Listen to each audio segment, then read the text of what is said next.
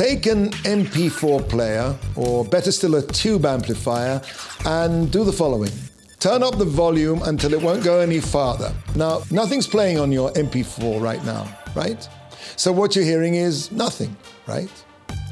I doubt you'll hear nothing. You'll hear noise, a lot of noise.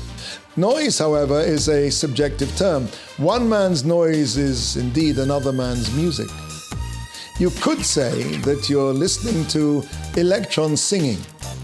Every transistor, every resistor, every IC has its own song when you apply an electric current to it. In other words, it sings. The mystical work Perek Shira, Chapter of Song, lists the quintessential aspects of animal, vegetable, and astronomical life in this world. All these elements are referred to as elements of song. Back in the 1960s, there was a famous film in which a photographer unwittingly photographs a murder.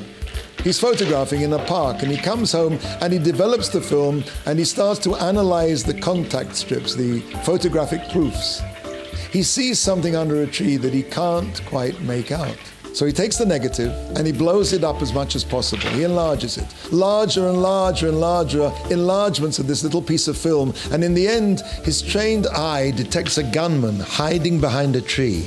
But to the audience, the enlargement of the picture looks no more than a bunch of dots, like a pointillist abstraction. Film is made up of silver crystals.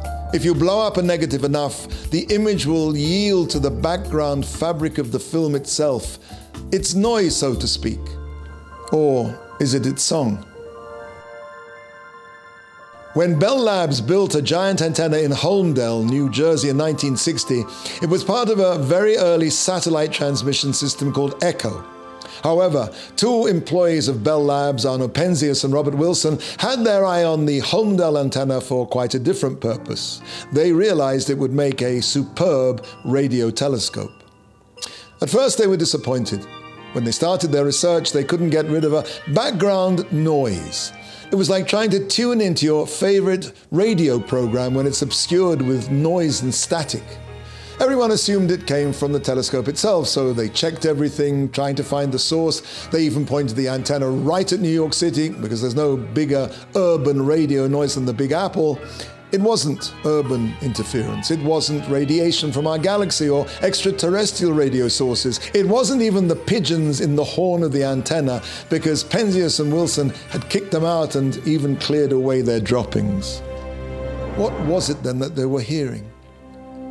Eventually they came to the staggering conclusion that what they were hearing were the very first moments of the creation of the universe. The discovery in 1963 of the cosmic microwave background noise of the Big Bang was the first compelling evidence that the universe was born at a definite moment. A sound amplifier playing nothing, electrons singing. A giant blow-up of a photograph, silver crystals singing, and the most distant and cold whisper of the song of the world's creation. Go beneath the superficial descriptive level of any medium, be it sound or sight, or listen to the center of the universe itself, and you won't find silence. You'll find song. That song is the sound of every rock and every bird, of every electron and star doing the bidding of its creator. There is no silence in the heart of silence.